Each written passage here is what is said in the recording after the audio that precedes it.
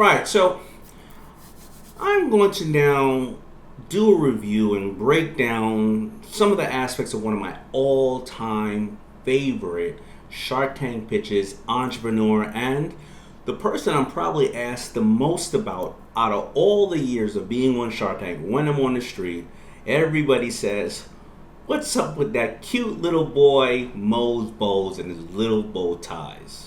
I'm gonna look at this pitch again. This is the first time I've reviewed the entire pitch, and Mo has been really great where he's at now in life. He has a book out. He actually does speaking. He is the fashion correspondent for the NBA, and he's still moving forward. Him and his mother, Mo's bows. But Mo is actually taller than me now, which is not really a great accomplishment, but I just need to say that.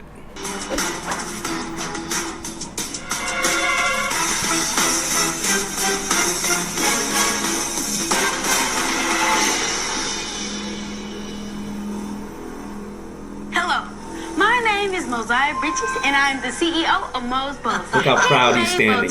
And I brought with me my lovely momager. Hi Sharks, I'm Tamika Morris, and we're here today seeking $50,000 in exchange for 20% of our company. $50,000, 20% of the company. That equates like $250,000 as the value in the company. Suit tie just to go play on the playground.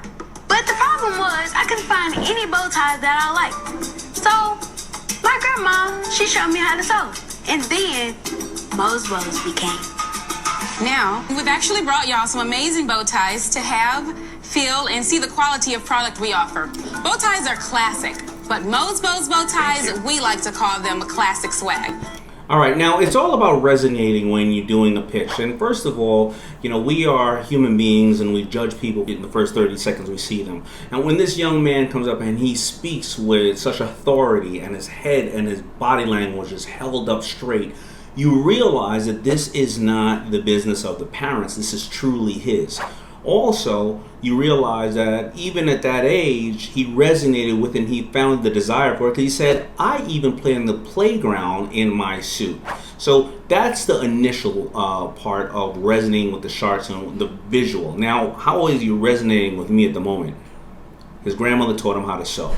My mother taught me how to sew. Mo was walking into the room with his mother, and I grew up, as you know, with just my mother. I'm not saying Mo's dad's not around, but it reminded me so much of myself. So immediately you're going to get a smile.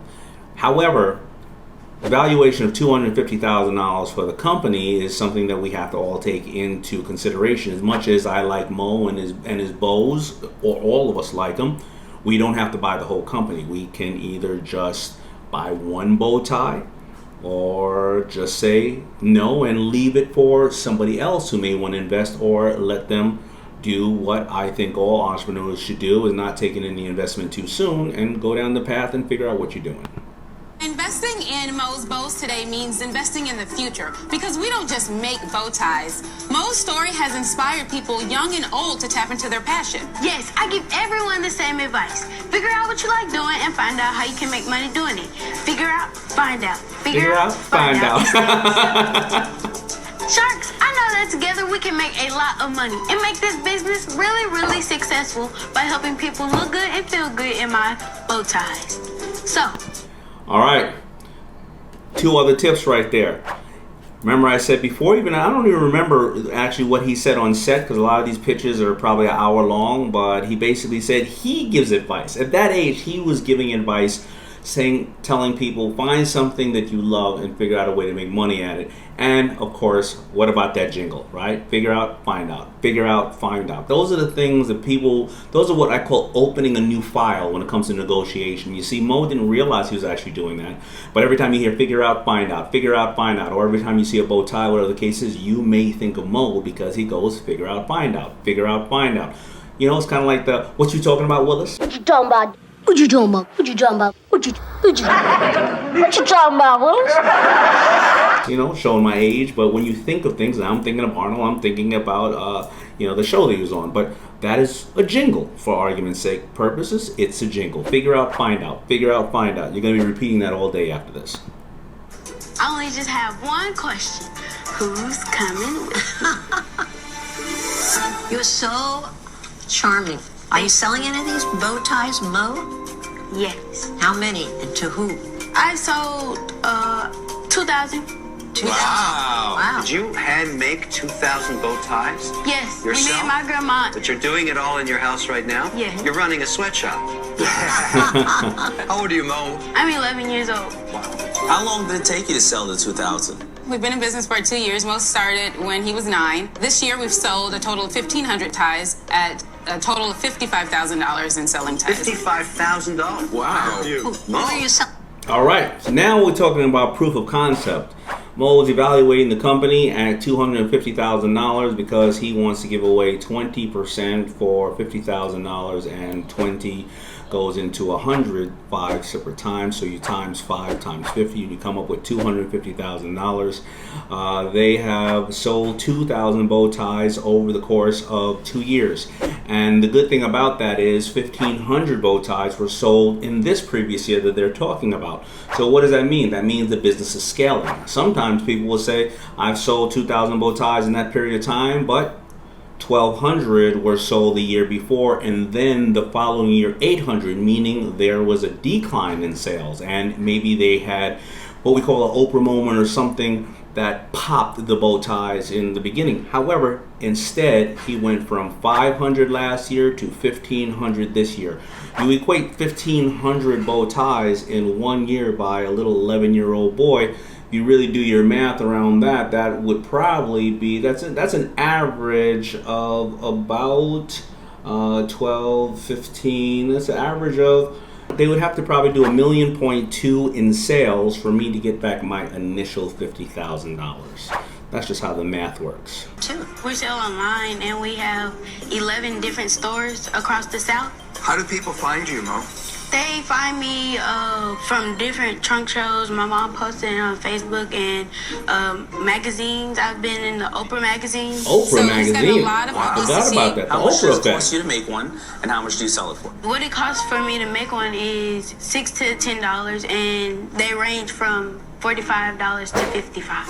$45 to $55. Well, why did you decide on bow ties? Because I really like to dress up, and also my dad and my granddad, they were really dapper men. And bow ties make you look good and feel good. I feel like I'm watching, standing right before me, DAYMOND JOHN.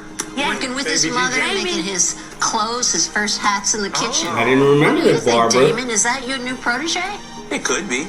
I'm new in 30 years. I wasn't doing that type of business at that age, so congratulations. What do you need the $50,000 for?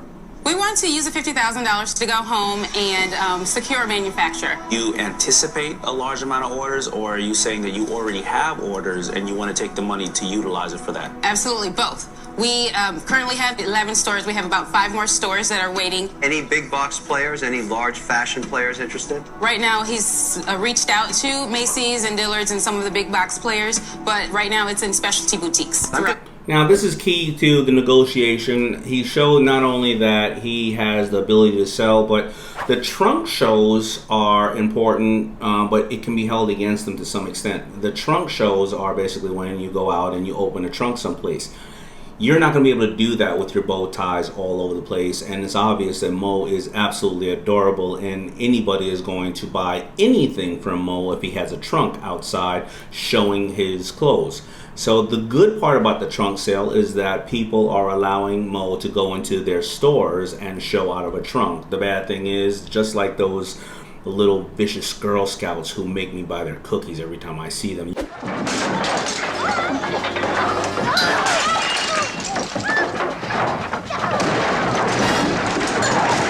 You cannot resist anything that an amazing young child who knows how to pitch is selling.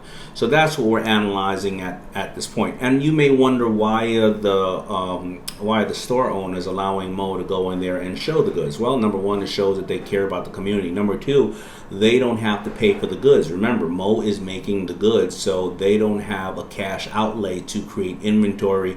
Number three, while they're in there buying something like a little bow tie, they're going to be captivated and want to maybe buy other things in the store. That's exactly why if you go to buy some milk today at the grocery store, why do you think it's all the way in the back, the milk and the eggs? Because then you got to pass by all the stuff that you didn't go in there to buy and it ends up being an upsell. So those are just a couple of tips about that.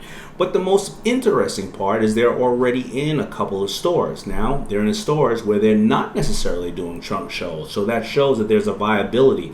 The little bow tie is staying there somewhere. There's a story behind it, and people are gravitating towards it. So those are all the things that are going on in my mind at the same time while I'm taking in this information from Mo. The assumption that you're trying to build a brand, Mo's Bows, I get it, because these are expensive. This is not a cheap bow tie. Mo, you're teaching Kevin a very valuable lesson in pricing elasticity. Do you know what pricing elasticity is? No. What that means is when you have more demand than you can supply, what do? You raise your price. So that was a good portion of Mo's Bows, and you saw how amazing Mo was, and I was trying to give you, of course, insight on why the pitch was so good, where I resonated with it, and what all the sharks are probably thinking simultaneously about the business, about what the future is, and where their past is. Needless to say, we ended up doing a deal. However, we did not do a deal where there was any cash exchange, and the reason why is I felt that Mo at 11 years old was going to give away, I think Kevin had offered something for about 50% or 30 or 35% of his company. Now, a lot of people will say Kevin is a vicious monster for doing that, but Mo came into the tank looking for a deal, and anytime somebody offers you $1, it's $1 more than anybody else would offer you, and Kevin is a financial whiz, and he is just looking for a return on his capital. That means that you have choices out in the world. Mo could have went with Kevin, and Kevin wanted a return on his capital.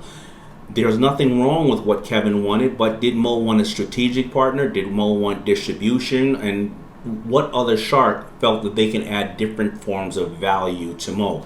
I decided that I would mentor Mo. I thought that was the most important thing that Mo needed, because if he gave away 50% of his company at this time, or 30% of his company, where Kevin gave him a valuation, if it was 50, he gave him a valuation of basically 125, meaning that he could have to do less sales to get back his initial investment, and everything after that is cream. There's nothing necessarily wrong with that, but if Mo gave away 50% of his company, and then when he went and grew from, instead of 55,000, he grew to $1 million, or wanted to go to $2 million, then he would have to give away more of his company. If somebody owns 50% or 40% and you got to give away another 20 or 30, you become a minority shareholder. And at a young age like that, Mo shouldn't go through that for various different reasons. He's obviously going to be stressed running a company. He's a child. He wants to play. He needs to go to school and various other things. If you are doing all of that and running a company and you're only getting this amount, I just don't think that it was in the best interest of Mo. So what I decided to do was offer him one deal and one deal only, that if he refused to take Kevin O'Leary's money, that I would mentor him.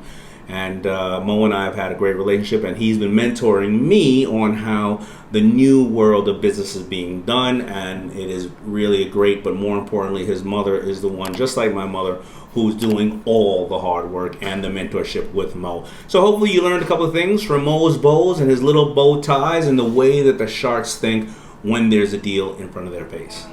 What's up? Now, it's the Shark DAYMOND John here, and if you're already here, I already know you're dedicated to bettering yourself and learning as much as you can.